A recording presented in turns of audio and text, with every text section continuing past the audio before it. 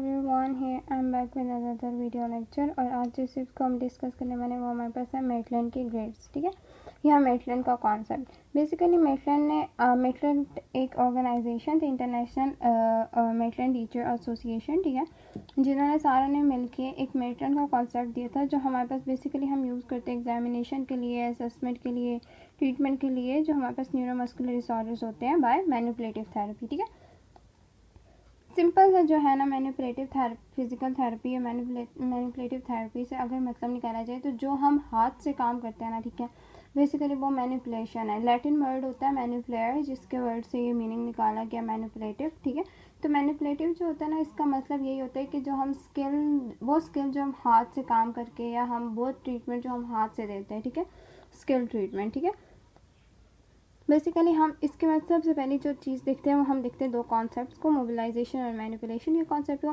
Basically हमने बहुत बार सुना होगा। मोबिलाइजेशन सिंपली आप ऐसी चीज़ को कहते हैं जब हमारे पास मूवमेंट जो होती है वो स्लो हो रही होती है, और ऐसी मूवमेंट होती है जिसमें हम कोई थ्रस्ट वगैरह यूज़ नहीं कर रहे होते, एक स्मॉल एम्पलीट्यूड की मूवमेंट हो रही होती है। ठीक है, लेकिन जो स्मॉल एम्पलीट्यूड का मतलब इससे नहीं आता कि सिर्फ स्मॉल एम्पलीट्यूड, इसका मतलब ये होता है कि वहाँ पे आप कोई ऐसे सडनली काम नहीं कर रहे होते। ठीक है, आप सडन वेलोसिटी या हाई वेलोसिटी पे काम नहीं कर रहे होते, आप वेलोसिटी कम रखते हैं मोबिलाइजेशन में। पर मैनिपुलेशन में आप वेलोसिटी जो होती है वो ज़्यादा कर देते हैं, या एक सडन वेलोसिटी के साथ काम करते हैं। ठीक है, लेकिन कई जगह जो है वो मैनिपुलेशन को ही मोबिलाइजेशन भी कहा जाता है। तो इस चीज़ को कंफ्यूज नहीं करना कि जहाँ पे मैनिपुलेशन आ रहा है तो उसका मतलब यही है कि वो मैनिपुलेशन ही है। कई जगह वो मोबिलाइजेशन को भी मैनिपुलेशन ही कंसीडर कर रहे होते हैं। ठीक है, now start from the very first concept, mobilisation. Mobilisation एक पैसिव मूवमेंट है, ठीक है, जिसमें स्पीड और मैनर जो होता है वो कंट्रोल कराता है पेशेंट। ठीक है, फॉर एग्जांपल एक मैं मूवमेंट करा रही हूँ, ठीक है, और मोबिलाइजेशन ऐसी मूवमेंट होती है कि हम दे रहे होते हैं ना जिस टाइम, तो उस टाइम ये होता है। फॉर एग्जाम्पल अगर मैं एक सिंपल सी बात बताती हूँ, ठीक है, मैं पेशेंट को एक ट्रीटमेंट दे रही हूँ मोबिलाइजेशन का। मोबिलाइजेशन बेसिकली स्मॉल ऑसिलेशंस में ना हम मूवमेंट दे रहे हैं। ठीक है, वो अभी हम डिस्कस करते हैं। ठीक है, तो अगर हम स्मॉल ऑसिलेशन में मूवमेंट दे रहे हैं पेशेंट को, तो ठीक है, तो वो क्या करेगा ना कि इतने हम स्मॉल ऑसिलेशन में दे रहे हैं और रिपीटेटिव मूवमेंट दे रहे हैं कि पेशेंट जब चाहेगा ना वो कंट्रोल कर सकता है। वो कहेगा ना कि मुझे रुकवा दें, मैंने नहीं करनी, या मुझे पेन हो रहा है तो रोक दें। ठीक है, तो हम वहाँ पे मोबिलाइजेशन में रोक सकते हैं। लेकिन मैनिपुलेशन में क्या होता है, ये भी पैसिव मूवमेंट ही होती है, वेलोसिटी इसकी हाई होती है, एम्पलीट्यूड स्मॉल होता है, लेकिन ये थ्रस्ट होता है। ठीक है, पेशेंट जो होता है इस मूवमेंट को प्रिवेंट नहीं कर सकता था। फॉर एग्जांपल अगर मैं एक मूवमेंट करा रही हूँ, ठीक है, और एक मूवमेंट मैंने कराई है और एक थम से सडनली मूवमेंट कर दिया, ठीक है, मैंने कोई रिपीटेशन नहीं की, बल्कि एक सडनली मूवमेंट दी है, एक सडन मूवमेंट दी है, जिसमें पेशेंट, इतना टाइम ही पेशेंट के पास नहीं, 1 सेकेंड 2 सेकेंड में हमने थ्रस्ट दे दिया, तो पेशेंट के पास इतना टाइम ही नहीं कि मूवमेंट को कंट्रोल कर सके। वो कह सके कि मुझे पेन हो रहा है, पेन उसको शायद बाद में फील हो। ठीक है, हो सकता है मूवमेंट के बीच में हो या, तो ऐसा होता है कि ऐसी कंडीशन जिसमें पेशेंट जो होता है वो प्रिवेंट नहीं कर सक रहा होता, वो मैनिपुलेशन होती है। मोबिलाइजेशन बेसिकली जो पेशेंट कंट्रोल कर रहा होता है, और ऐसी मूवमेंट होती है। ठीक है, इसके साथ साथ वही मोबिलाइजेशन मैनिपुलेशन का कॉन्सेप्ट है जो हम पहले काफ़ी डिस्कस करते रहते हैं। ठीक, स्टार्ट फ्रॉम द, क्योंकि ये कॉन्सेप्ट पहले डिस्कस नहीं हुआ था तो इसलिए यहाँ पे हमने दोबारा डिस्कस कैसे है। ओके, अब कुछ ग्रेड्स होते हैं जो हम मैनिपुलेशन या मेटलैंड की ग्रेडिंग सिस्टम में हम यूज़ करते हैं। ठीक है, तो मोबिलाइजेशन की दो टेक्निक्स मेन हम यूज़ करते हैं। थर्ड जो होती है वो मोबिलाइजेशन विद मूवमेंट होती है। ठीक है, जो मोबिलाइजेशन सिर्फ टेक्निक्स हैं वो हमारे पास स्केलेटन बॉन्ड का कॉन्सेप्ट है और मेटलैंड का कॉन्सेप्ट है। ठीक है, मेटलैंड का कॉन्सेप्ट जो है वो हमने डिस्कस कर लिया कि मेटलैंड टीचर एसोसिएशन ने हमें दिया था। ठीक है, ओके, ग्रेड्स जो होते हैं, सबसे पहला जो फर्स्ट ग्रेड होता है वो स्मॉल एम्पलीट्यूड की मूवमेंट होती है at the beginning of the available range. ठीक है, अगर इसको मैं यहाँ एक एग्जांपल से डिस्कस करूँ, ठीक है, फॉर एग्जांपल अगर मैं ये कहती हूँ कि शोल्डर की एबडक्शन जो है, मेरे पास जो मूवमेंट पेशेंट की आ रही है किसी भी पैथोलॉजी की वजह से, कोई रिस्ट्रिक्शन आ रही है किसी भी वजह से, वो ये आ रही है कि 45 डिग्री आ रही है। ठीक है, और हमें पता है कि 160 to 180 जो होती है एबडक्शन जो होती है ज़्यादा से ज़्यादा होती है। ठीक है, 170 to 180 different ranges different books में कहीं भी है। ठीक है, पर ये होता है कि नॉर्मली जो होती है वो इतनी ज़्यादा होती है तो पेशेंट की यहाँ पे मूवमेंट बहुत ज़्यादा रिस्ट्रिक्ट करेगी। ठीक है,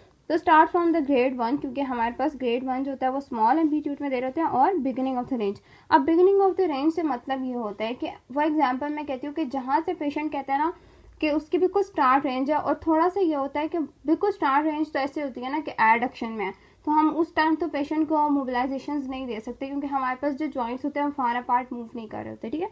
तो हम थोड़ा सा बिगिनिंग जो होती है वो 30 डिग्री से स्टार्ट करते हैं, ठीक है, और वहाँ तक हम इसको उसके आर्म को लेके जाते हैं और फिर वहाँ से हम मोबिलाइजेशन स्टार्ट करते हैं।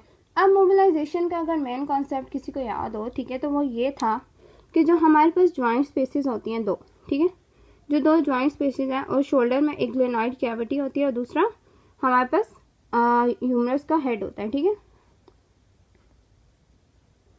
अगर तो मैं ये कहूँ कि मेरे पास जो ग्लेनॉइड कैविटी है, ठीक है, फॉर एग्जांपल ये हम कहते हैं कि ये ग्लेनॉइड कैविटी है और ये ह्यूमरस का हेड है, ठीक है। अगर ये इसमें जाके लग जाता है और अगर ये जो इनके जॉइंट की सरफेसेस के बीच में मूवमेंट हो रही होती है ना, वो बेसिकली मोबिलाइजेशन हो रही होती है, ठीक है। वो जॉइंट प्ले होता है जिसको हम कह रहे होते हैं, क्योंकि यहाँ पे इतनी चीज़ें डिस्कस करने की ज़रूरत नहीं, क्योंकि हमें पता है जॉइंट प्ले होता है कि काफ़ी हमें मेरी तो काफ़ी वीडियोस में हम डिस्कस कर चुके हैं।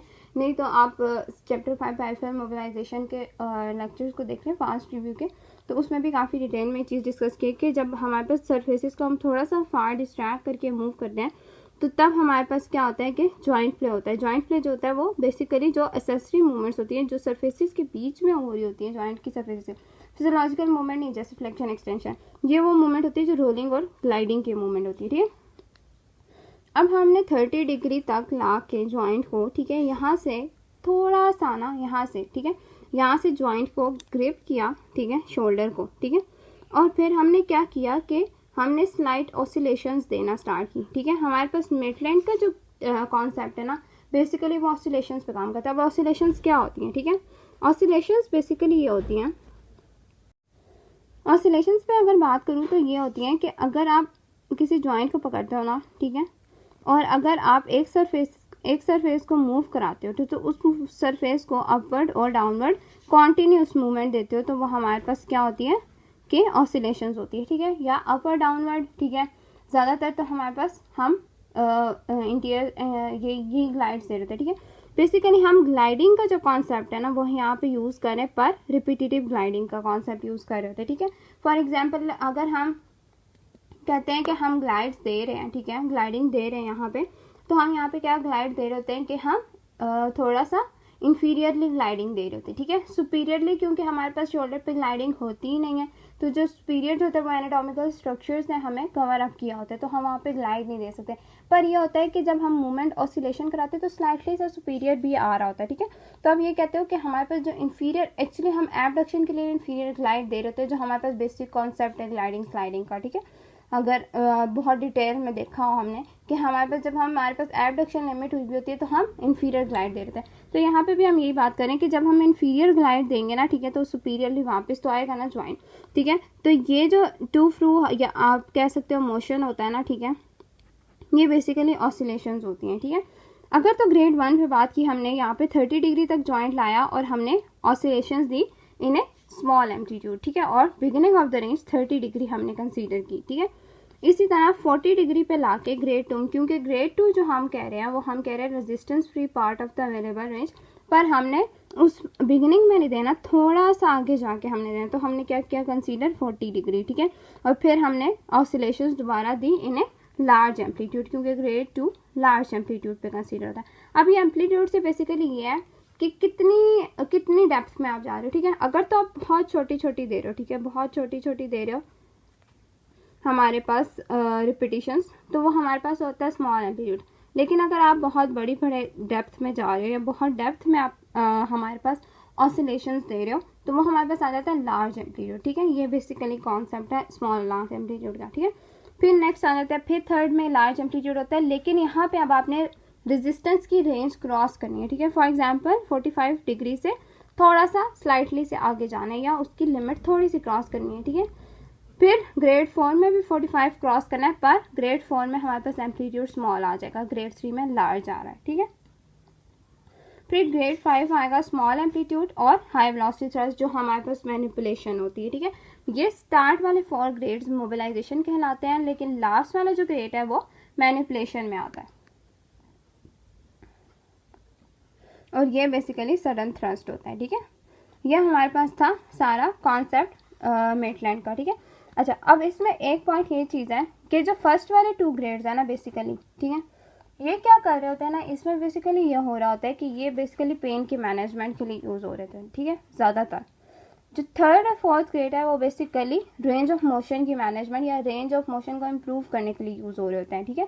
और जो फिफ्थ वाला ग्रेड है वो तो मतलब जब हमें बहुत जल्दी और सडनली हमें रिजल्ट्स चाहिए होते हैं ना किसी भी रेंज को इम्प्रूव करने के लिए, तब हम यूज़ करते हैं। बट ग्रेड 5 जो होता है वो एक बहुत स्किल्ड बंदे को यूज़ करना चाहिए, क्योंकि यहाँ पे डैमेजिंग के चांसेस या डैमेज होने के चांसेस स्ट्रक्चर्स का बहुत ज़्यादा होता है, ठीक है।